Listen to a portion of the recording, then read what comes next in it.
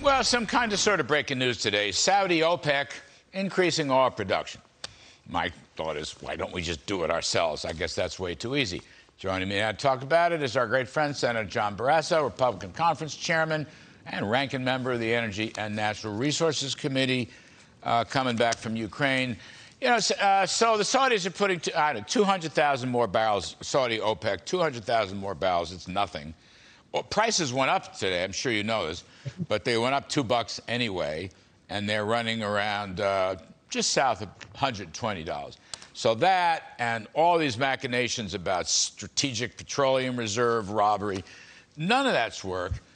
I mean, it ain't going to work until we start producing again. Senator, we are still about 1.5 million barrels a day short of where we were producing pre-pandemic. Still, today, with record high gasoline prices. How is that possible, sir? Well, the president has said early on he wants to actually get rid of eliminating all fossil fuels in this country. That's been the position of this administration. And now, Larry, it seems they want to spend the next month traveling the country, he and his members of the cabinet, saying, hey, things are actually a lot better than you think they are. Well, people have paid the price all Memorial Day weekend. We're at all-time high prices. And the question is, who are they going to believe? Joe Biden talking at them or their own two eyes in their empty wallets? 3/4 of the American people believe the country is heading in the wrong direction.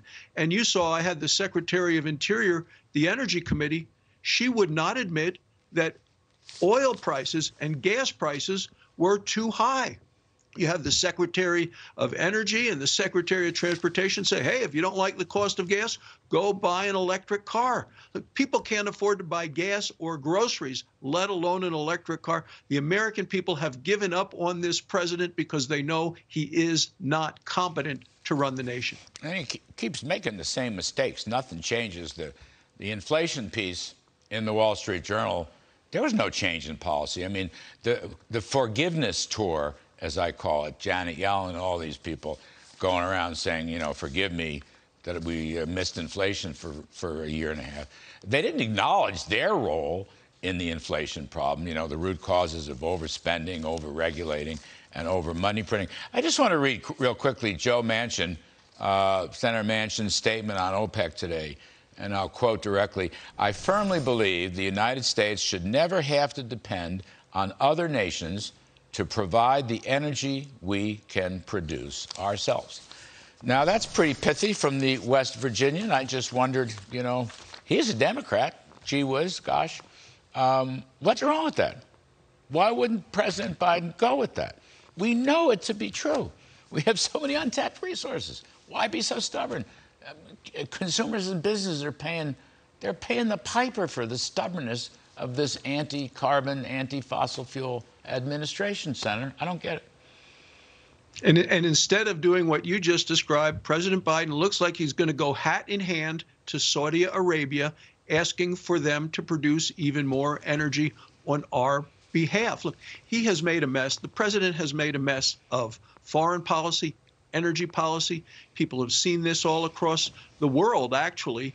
And if he were going to go to Saudi Arabia, as it sounds like he wants to do, he should go in a position of strength. And the way you go in a position of strength is you say, we're going to do the oil and gas leases, we're going to give the permits to drill, and we're going to allow the infrastructure to get built so that we are, once again, as we were in this country when you left the White House, energy dominant. But that's not what this guy's going to do, because he is so beholden to the radical, extreme climate elitists who are all around that White House and are staffing that White House. Look, the president's press secretary yesterday said the president there's a lot of crises around him. Well, Larry, these are ones the president has brought upon himself.